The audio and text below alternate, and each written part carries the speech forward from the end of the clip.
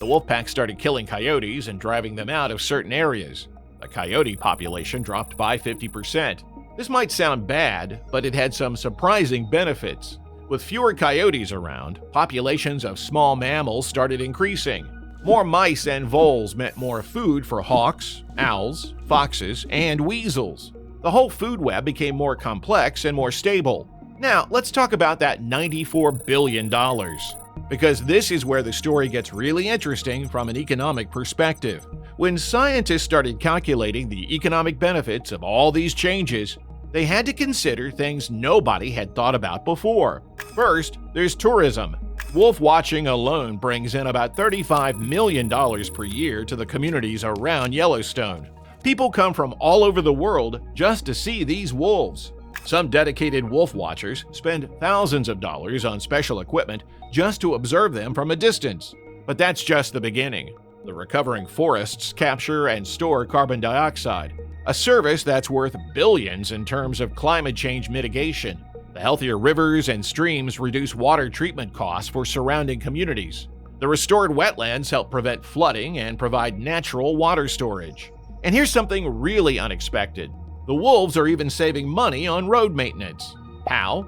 Well, with fewer elk hanging around on riverbanks, there's less erosion. Less erosion means more stable ground, which means roads and bridges last longer and need fewer repairs. But not everything has been perfect.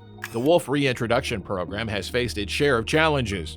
In 2012, something happened that sparked international outrage.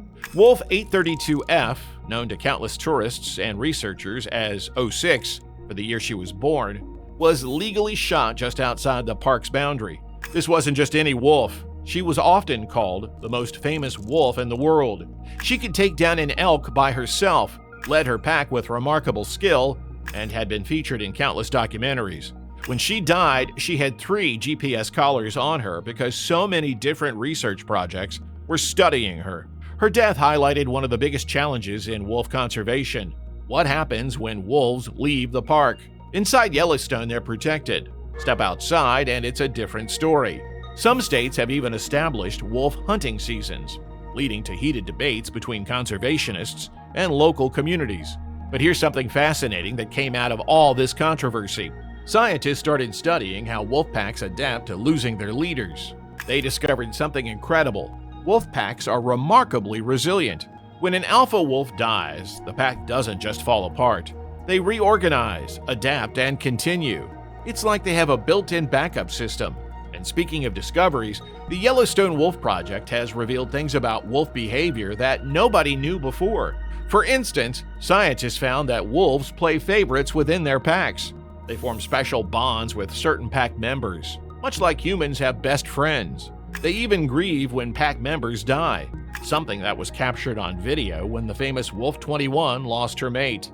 The success in Yellowstone has inspired similar projects around the world. In Europe, wolves are naturally returning to areas where they were wiped out centuries ago. In Scotland, there's serious talk about reintroducing wolves to help control the deer population. Even in China, officials are studying the Yellowstone model to help restore their own ecosystems. But perhaps the most important lesson from all this isn't about wolves at all. It's about how nature works in ways we're only beginning to understand. Those 14 Canadian wolves didn't just change Yellowstone. They changed how we think about conservation. They showed us that sometimes the best way to fix an ecosystem isn't to micromanage every detail, but to bring back the missing pieces and let nature do its thing. Today, there are roughly 528 wolves in the greater Yellowstone ecosystem. Every year, they attract over 500,000 visitors to the park. They've helped create jobs, restore rivers, bring back trees, and save billions of dollars. Not bad for 14 wolves that nobody wanted back in 1995. You know what's really ironic? Some of the ranchers who initially opposed the wolf reintroduction now admit it's helped their land. The healthier ecosystem means better grazing for their cattle. Some have even developed successful wolf-watching businesses on their properties. Talk about turning enemies into allies. Scientists are still discovering new effects of the wolf reintroduction. Just last year, they found that wolves might be helping protect other species from disease by removing sick animals from the population. They're basically nature's quality control system. You made it to the end of this incredible story about how 14 wolves managed to transform an entire ecosystem and save billions of dollars in the process. If you learned something new about how nature can heal itself when we give it a chance, don't forget to hit that like button. And maybe next time someone tells you one small change can't make a difference, tell them about the wolves of Yellowstone. And we'll see you next time.